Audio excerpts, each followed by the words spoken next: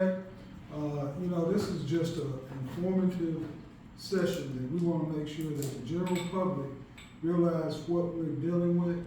We're not here to smash anybody or, do anything like that. We're just here to explain what we're trying to accomplish through, the city.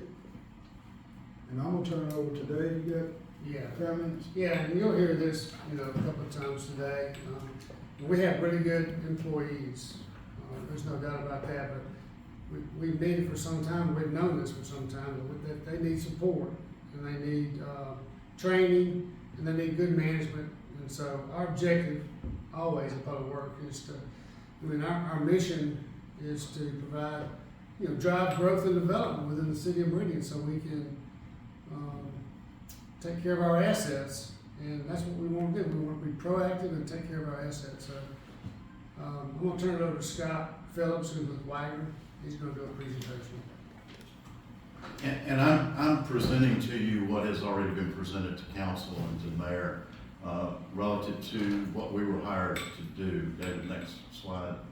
So we were asked to do a 30-day triage, business triage.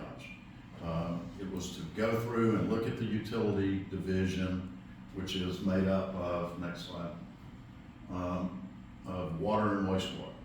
And specifically, we were looking at the areas of utility leadership and management, freshwater treatment operations, wastewater treatment operations, the distribution system and storage in the system for water, looking at the collection system for wastewater, workload and asset management for the staff that you had, and then training and workforce development. Those were the areas that we specifically wanted to look at during this 30-day period. Now, you can imagine 30 days is pretty quick, and that's a lot to cover in a short amount of time. Go to the next one. And we had to do it in all these areas. In freshwater treatment, we have the North Water Treatment Plant, and you have the South Water Treatment Plant.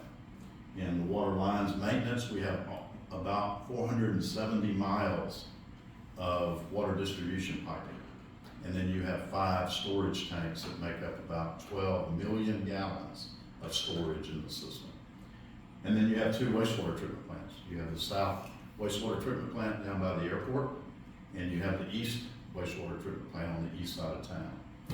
And then the collection system, which is roughly 450 miles of collection system to take wastewater to those 2 wastewater treatment plants.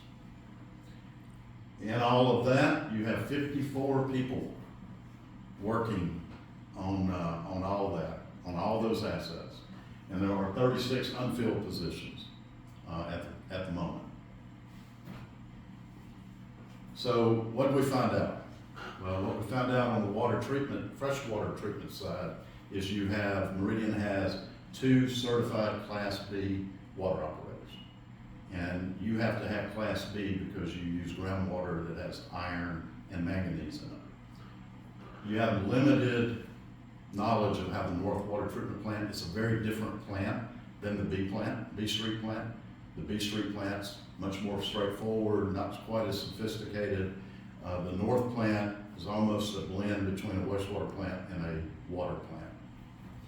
And then there was limited knowledge of how the systems work together. They were very good at knowing what their freshwater treatment plants look like, but how that affected the distribution piping and the storage tanks in the system. And there was a lack of leadership. There wasn't a lot of people. A lot of people had left. So there was just, not that you didn't have people that knew what their job was, but prioritizing and looking to the future beyond just the whole public works department, but focused on freshwater treatment itself. There was a void there.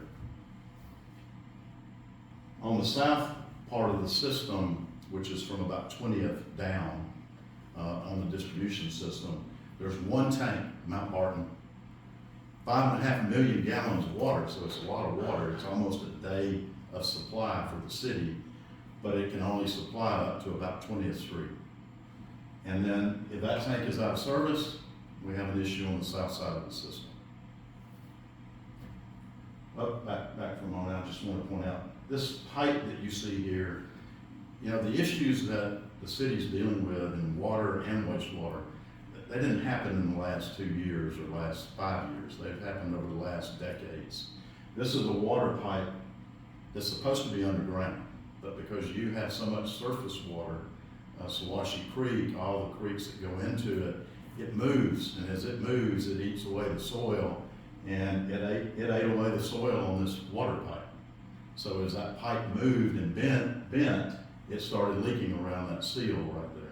That's a 24-inch from the south, or B Street, to Mount Barton, that provides that water to the south side of the system.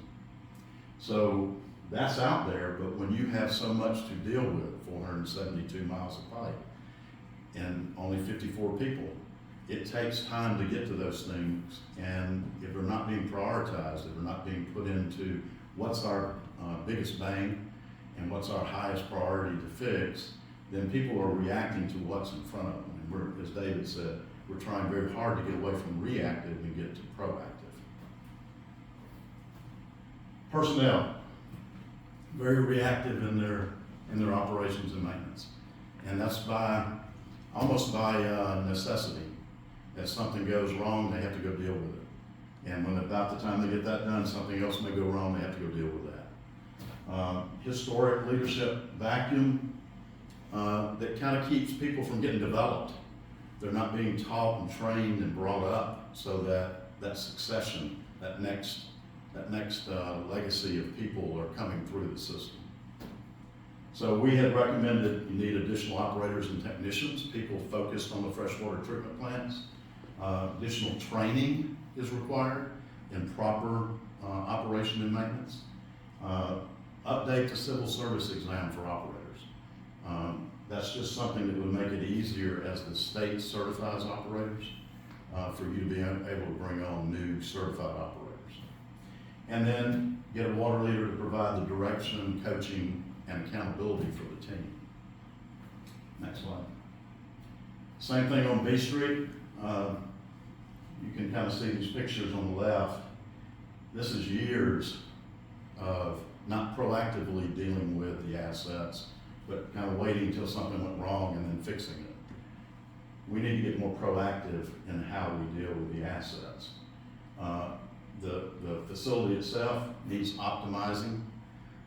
It operates right now by operating to fill up a tank, and then it shuts down for 2 or 3 days. We need to optimize and make sure that we're running plants consistently.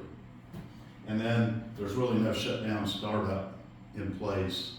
If you're gonna shut it down and then start it up, making sure that it's done in a proper way so that something doesn't break.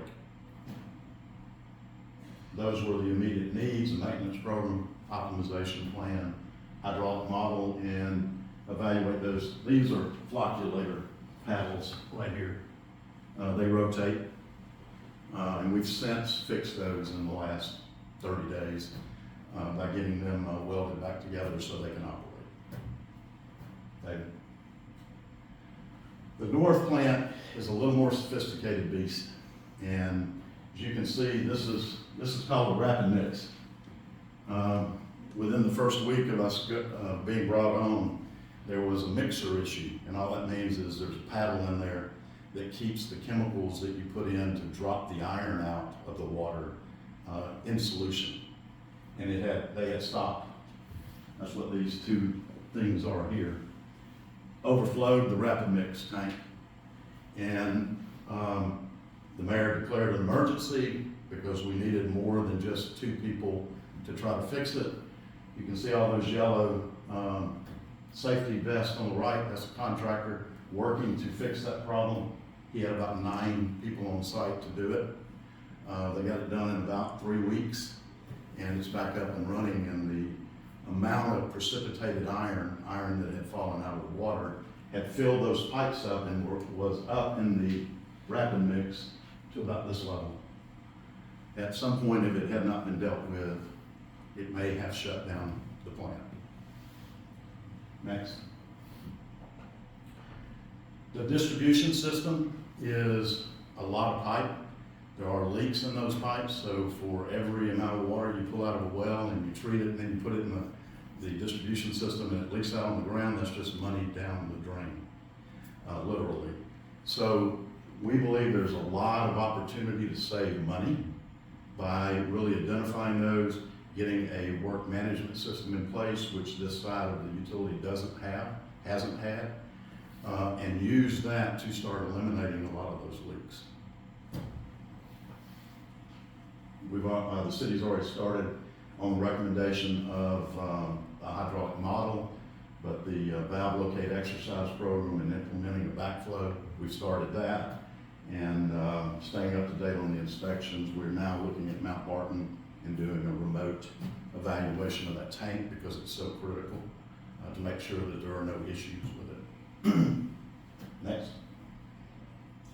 That's that 24-inch break. I want you to, if you can see this pipe, how pitted it is, that's why it's important for us to proactively find these things. Had that pipe ruptured, the fix would have taken days, maybe a week or more.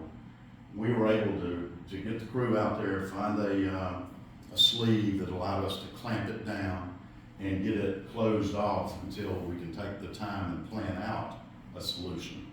So being able to proactively deal with that versus if that entire joint had released and we'd have been down for days, maybe a week. But it's not just freshwater. And I mean, you're aware that the city's been under a consent decree, and you know, freshwater is what people see because they turn on their taps, right? But the same mindset, the same needs exist on the wastewater side. We have been involved on the wastewater program management, but not really on the operational side, other than to watch and to help as we could in the past with what your public works department's been trying to do. We looked at it, and you really need a lift station department, and I'll show you. These are all lift stations, and what a lift station is because of elevation differences. Wastewater comes into a tank, and then a pump pumps it out until it can get it to the wastewater treatment plant. Typically, we try to do gravity where it just flows, but we can't always do that if it's over a hill or something. You can see some of these pictures, how corroded things are, and that's just a matter of, you have over 60 lift stations, 67 lift stations. And that's a lot of lift stations to get to, and right now you have 2 people that are really focused on them. So we really want to recommend dividing the city into zones, putting 2 crews on it, and then starting to proactively go through them. Next. It's kind of the same thing as we talked about on the water side, except it's on the wastewater side. Just get a more robust asset management program that's more proactive than reactive, and expand the training of the current staff needed in the work management systems and processes. Those are the recommendations that we made on that. Develop a more extensive training program that's hands-on. It's not just watching a webinar. There's nothing like going out and knowing, yeah, that's how that works, because it's not the same as watching a webinar or going to a conference. Those are good, but they don't replace hands-on training. Next. This is what we're dealing with right now. And you know, I've had a lot of people ask me, so does that mean we're in horrible trouble and things are falling apart? Not yet. But if we don't get these things and that water leak that I showed you and the water plant that I showed you in a proactive manner moving forward, we're going in the wrong direction. We can't have sewer manholes overflowing. The consent decree most certainly puts the emphasis on this. We don't have that same consent decree on the water side. We don't want it. We don't want one. So the mayor's trying to proactively deal with that so that we don't have to do that. Many communities find themselves under consent decrees on both the water and wastewater side. We don't want that. Next. Once again, this is a backup that is on the other side of Wendy's, just before 22nd Street on the left, coming into town before you cross the Washington. This is a manhole, and this is a gravity sewer line that typically would just flow even though it's above ground. But it's surcharged. It's got a blockage in it, it's backed up. And so it's coming out this manhole. They're over there now, working to repair that. Lift stations, we talked about that. This is just, we did 30 days we had to do all this. So we did 18 out of 67. And we used the statistics of that. That's roughly 50% had non-operational pumps. If you took that out to 67, that'd be 34. 17% had no operating pump. That's 11. 72% needed control panel replaced. That's 48. And once again, staff are out there every day doing their job, but they can't get it all done without reacting to all these other things like that picture I showed you before. Next. One of the recommendations, I mean, there are some lift stations, pump stations that need to be relocated. If you look at the one in the top right corner, you'll see that power panel way up in the air. And the reason is because that area floods. It's in a floodplain. And the water gets up over that manhole. So you can imagine if that water gets up over the manhole and it doesn't have a top on it, all that water just goes into the sewer system and ends up at the wastewater treatment plant where we put chemicals and electricity into it by blowers, aeration. It costs the city money. We believe there's a lot of money to be saved by getting on the front end of these things. Next. That's that manhole I was just talking about. That flood depth, that panel's high enough that the 500-year flood won't flood it, or I think maybe even the 100-year flood.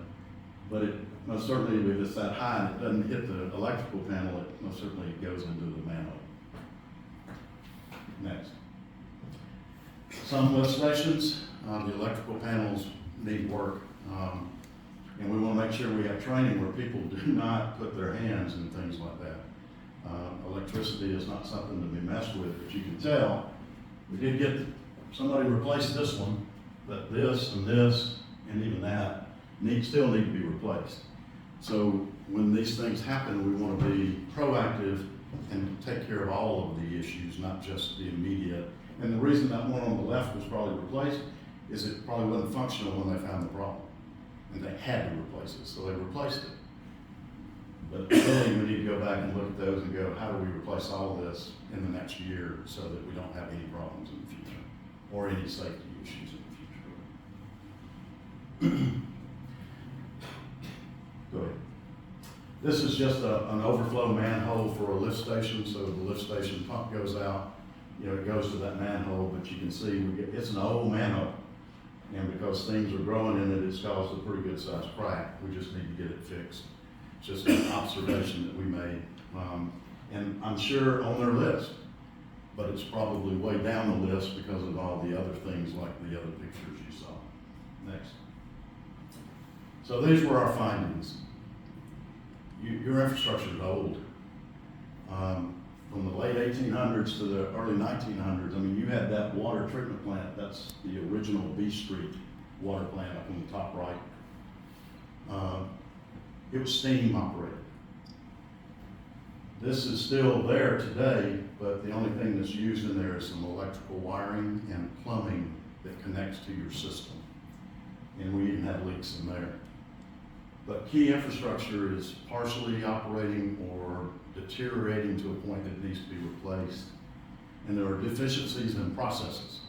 Everybody knows how they do their job, but it's all right here.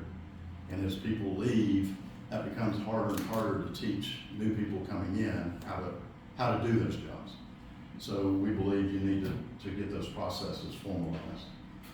And then outside of the consent decree, most plans to fix, rehabilitate, or address future needs are reactionary, and they need to be more planned out, master planned, capital improvement plans done each year so that you know what projects to fund. Many dedicated employees who have on-the-job experience but really lack necessary training, proper training and credentials, certifications that we would like for them to have. Daily routines are limited to the old position descriptions that they've had, and there really are no key performance indicators. How am I doing on my job other than I come to work, I do what I'm supposed to do all day, and then I go home? And then there's a shortage of personnel in key operational positions. Last slide. We made a recommendation to try to help the city start to develop your staff, your personnel, by bringing in 10 management leaders. There are a lot of doers and very few leaders and managers to help those doers develop. And so we propose bringing in to help the city staff through recruitment, hiring, and training to bolster what you have. Develop appropriate formal processes and systems to support staff so that they effectively and efficiently manage the assets that the city is responsible for. Train those existing employees on the latest operational techniques and help them with new tools to acquire their needed certifications so that you're not like the water plant, you've got 2 certified operators. Let's get 6 certified operators.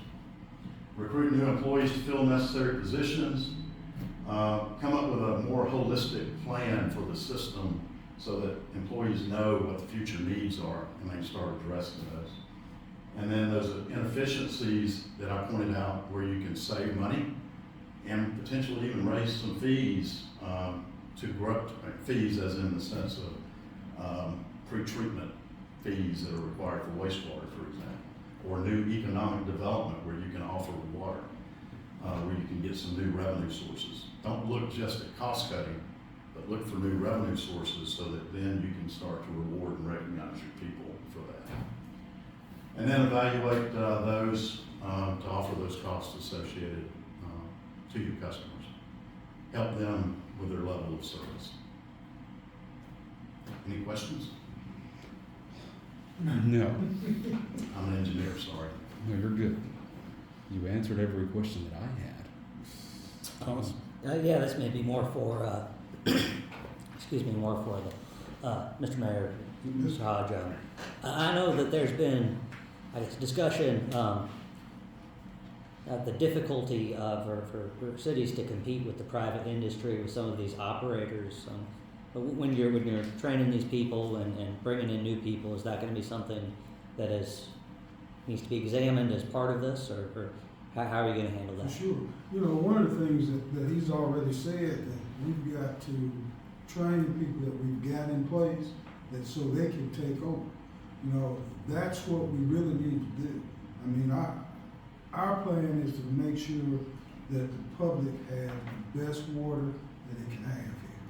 And that's why we need to train people proactively and put them in place where they need to be in place. Because I think, you know, we had one guy that retired, and that made us look at the whole ramification of fresh water and wastewater.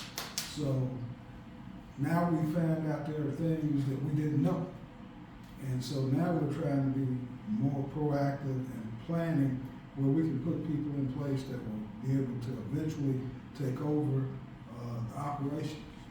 I think that one of the things for sure, we should have a progression, is what we're talking about, where you have people that's going to stay here for maybe the next 10, 15, 20 years. You know, I think that's where this should have happened a long time ago. But, you know, that's just that. We're dealing with it, and that's what we're trying to do, just proactive and make sure we're doing the best we can do to provide the quality of service for the citizens. Once this stuff starts to go into play, when do you think the city will be able to see improvements? Do you think it will be almost an immediate improvement if we are able to get this contract and things done? I think almost immediately. I think there are some things that Scott will bring to the table that we don't have that will help us automatically. Like he said earlier, the training of our employees. Like he said earlier, and David said earlier, we got some good employees, but they have not been managed to be trained up like they need to. And that's what we're talking about. Making sure that they're proactive and being able to do everything that they should be able to do.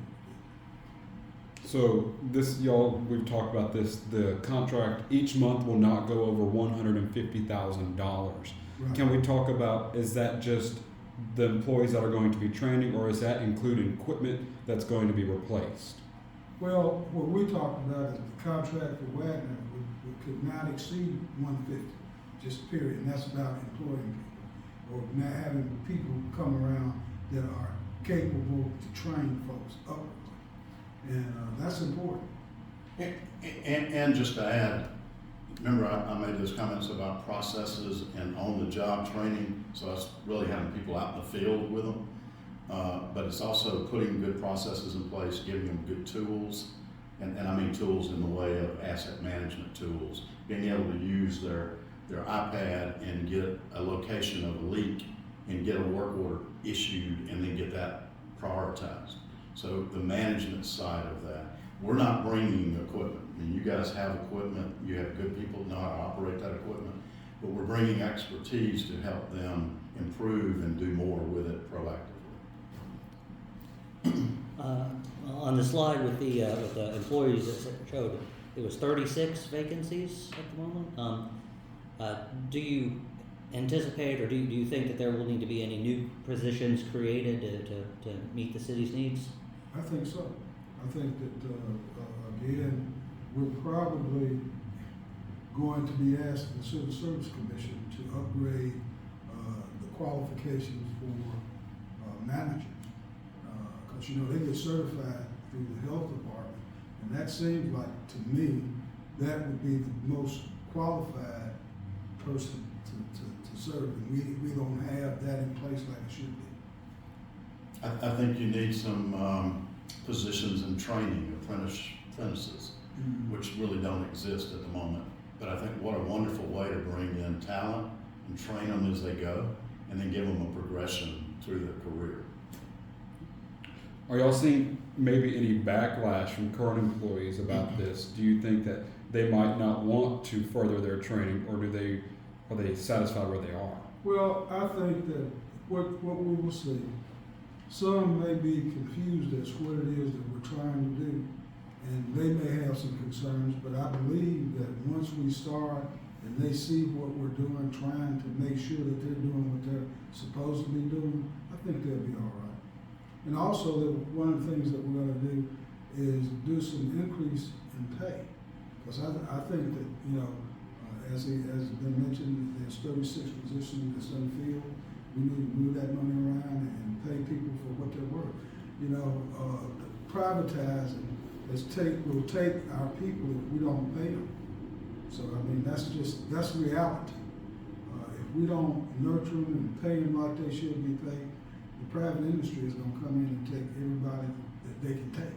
That kind of addresses your earlier question. Yeah. The ability to take those 36 and maybe you only add another 8, so you still got that, and you can give them a path to a progression, and not everybody will want to take it. I mean, there are a lot of people that work to live, and a lot of people that live to work, and they're just different people, and that's okay.